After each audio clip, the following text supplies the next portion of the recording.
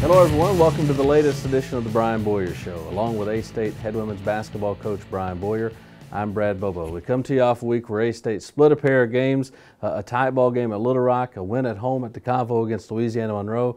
We'll see both highlights of those games in just a minute, but Coach, I know from a coaching standpoint this is not necessarily as true as this for the fans, but you reach that point of the year where the main thing that matters when it comes to that win total is how many, and coaches I know get hung up on how, but the how many is real important. Yeah, it is, and referring to the game against Monroe, where we talk a lot about performance, being the main thing, and performance wasn't very good, but we'll certainly take the outcome at this time of year. It's still another win, and whether because of the after effects of the Little Rock game, the quick turnaround, whatever the reason, we certainly didn't play it like ourselves Saturday, but we got the win and moved to 18 wins overall and 13 wins in conference. Before that game at the Convo on Saturday, Arkansas State took a trip to the Stevens Center to take on UALR with a share of the conference lead on the line. As we take a look at some highlights from Thursday night's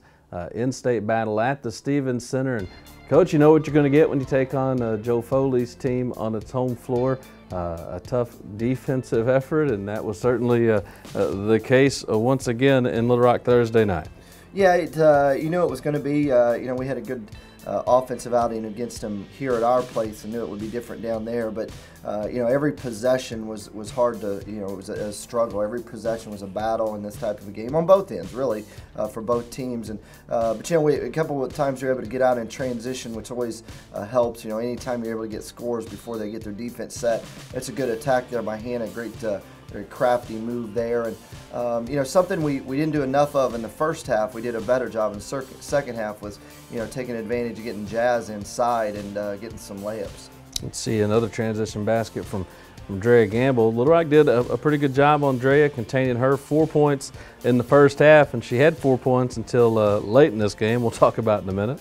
Yeah, they have two of the best defenders in the league, and Cobbins and Galt, and they're able to rotate them, and not only them, but then their post players are so quick, when it comes to hedging and helping on ball screens, and so they did a really good job on her. Again, there's another entry to Jazz, and that really was our one main advantage we had. Here we go again. Again, we just needed to do that more often. When we were able to get it in there, she was very effective. And here we go inside to Bradshaw. Again, getting the score out of her as well. So, again, that was an advantage we needed to take. We needed to take advantage of that more often. Brittany Gill scores there, and this has become a specialty of hers. She's gotten very good in that pull-up game from 8-10 feet. That one was a little bit closer, but she's become very reliable there. Well, it's a good shot for her, and again, this was another area we thought we had an advantage on was. Brittany Gill here, and she had a good game against them at our place, and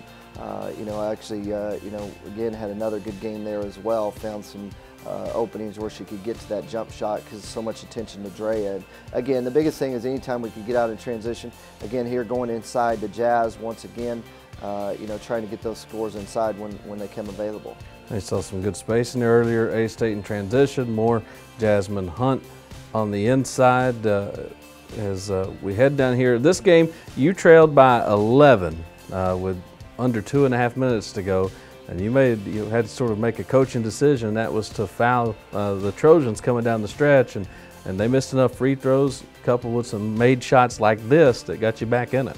Our players did a really great job, in those late game situations where, you want to handle things, and, we did a really good job of, trapping and trapping and getting the ball out of the hands of their best free throw shooters, getting into the hands of those we would want to shoot, and those that we wanted to shoot, they missed some of them. So our players did a really good job of handling the late game situation there, and just to give ourselves a shot. That Drea Gamble three you saw miss there at the buzzer ended up setting the final score at 63-61 as Arkansas State falls at UALR.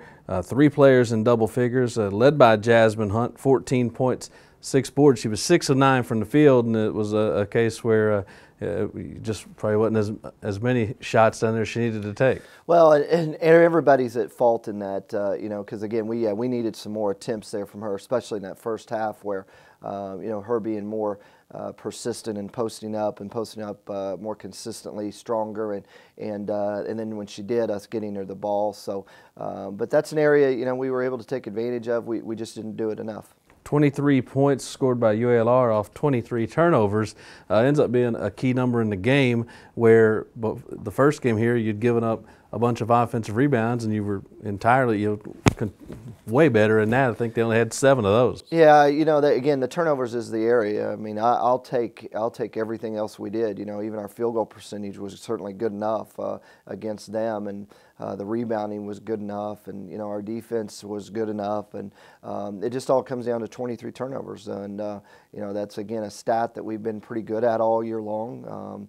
But that game, and you give a lot of credit to Little Rock, their defense and them causing, you know, there weren't very few just, you know, unforced turnovers. You know, they had a lot to do with it defensively, and but that certainly ends up being the key to the game. Another one-possession game between these two in-state rivals, and it handed Arkansas State at the time its 3rd Sun Belt loss of the season. Looking to bounce back over the weekend at home against Louisiana Monroe. We'll show you highlights of that ball game against the Warhawks when the Brian Boyer Show continues right after this.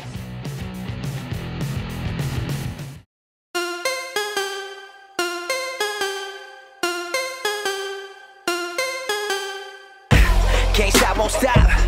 Where the brakes at? I give him that diddy bop. Make moves or make excuses. Don't got the power. Shut me down. That's not enough. I'm my biggest problem. Don't got the power.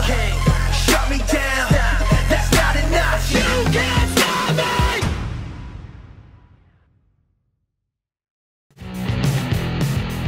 We're back on the Brian Boyer Show. As we mentioned, Arkansas State came back to the Convocation Center over the weekend to start a stretch of 4 of the last 5 regular season games at home.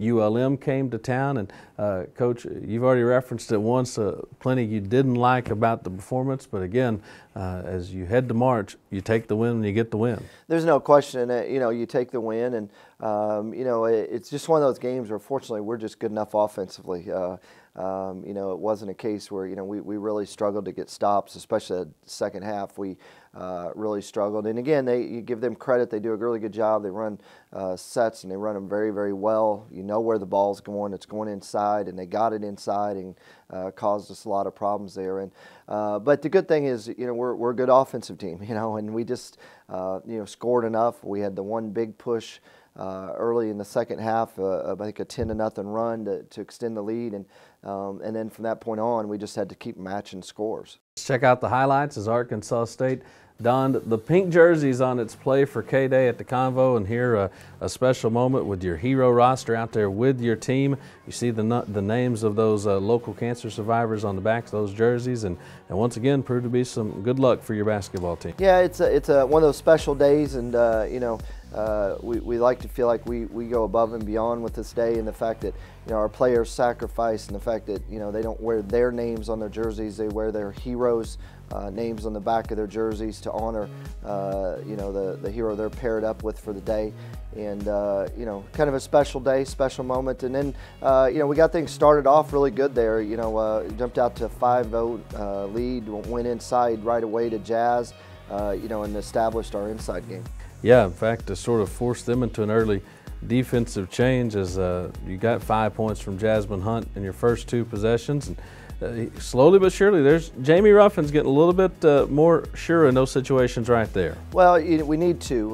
You know, as we've seen enough this year, you know, teams are really sagging off of her, and you know, she's got to be an impact. She's got to make a difference on the offensive end, and part of that is pushing and getting in transition and getting some layups and attacking the rim, which she's very capable of doing. And but good to see, you know, Drea knock down a 3 there. You know, they make it very difficult on Drea. They the way they double teamed every time she came a ball screen, they would double team or trap her, and you know, so there are some games where she needs to be more perimeter oriented, and today, or this game, was one of those days, and she was able to knock down some threes. I'm not sure that the defensive plan actually called to give her that much space. See Jessica Flannery scoring off a lob from Gamble there, and then Khadijah Brown Haywood, you talk about kids that are confident. She's gotten Well, very confident, especially there on the baseline and that free throw line jumper extending her range. Yeah, and that was actually that was that stretch there, the 10-0 run, and actually started two of the field goals in that stretch there were actually on out of bounds plays where our players executed it really, really well against their zone. They went zone on the out of bounds plays, and our players read it really well. You know, we talked about a lot at Georgia Southern with you know, how Hannah's, we depend on her to inbound the ball, and she made two really good decisions, two really good reads to Khadijah to give us scores that we saw during this stretch here. It helped us to you know, build that lead, and then again from that point forward, wish we could have gotten more stops, but honestly, you know, we really just continued to match them on the offensive end. 69-61 the final. It's funny because, I mean, watching the game, it's certainly the way it seemed. You'll go back and look at the numbers, though. Monroe missed or hit only 4 of its last 17 shots in the game, but still, your point well taken as your team puts 3 players in double figures, and once again, Gamble leads the way, 23 points, 6 boards, 5 assists. Those are big numbers for Gamble again, and she always has big numbers. But in a game where, you know, it doesn't come easily because they're trapping her off every ball screen, you know, she had to find those points a lot of different ways, from the free throw line, in transition. She had to come about it differently than she normally would. As we take a look at the Sun Belt Conference standings, when we were on the program last week, you were a game back of UALR, and I'm not sure you really would have mapped out a scenario which we would sit down here and you would be a game back of UALR. I figured it was going to almost certainly be 2 games or a tie one way or the other, but the way the weekend shook out, here you are, still 1 game back. You know, we took the loss there, which put the 2-game margin, and then you know, obviously I haven't seen their game at Troy. Maybe they had a little bit the same as with us here against Monroe, of a little bit of a hangover from that game as they went into Troy and got knocked off. And so, you know, at this point we're still 1 game back. You know, we have 4 to go, 3 of them at home. They're down to 3 games, 2 of those 3 on the road. So, you know, it continues to keep your hopes alive. And but, you know, again, the bottom line for us is we just got to win, continue to focus on our games, wins, postseason, you know, RPI, you know, those type things. And you know, if Little Rock were to stumble again, they stumble again. You'll take it, but otherwise we just got to continue to worry about ourselves. Also interesting to look down there at Georgia State, App State, ULM, 3 teams within 1 game of each other for only the last 2 spots in the field at the Sun Belt Conference Tournament. So that'll be interesting to see how that plays out coming down these final 2 weeks of the regular season. It's time for us to take a break. When we come back, we'll have a visit with A-State junior Jessica Flannery when the Brian Boyer Show continues after a timeout.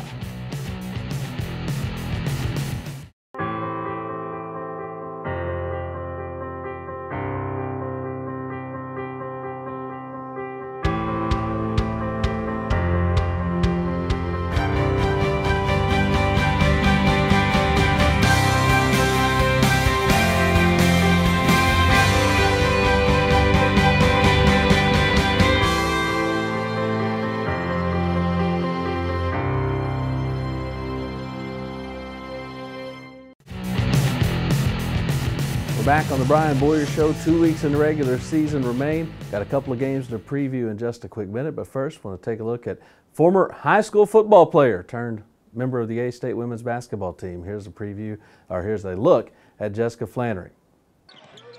Junior guard Jessica Flannery of Mountain View, Arkansas enters her 3rd season with the Red Wolves, but Arkansas State wasn't her only option coming out of high school. I got quite a few offers.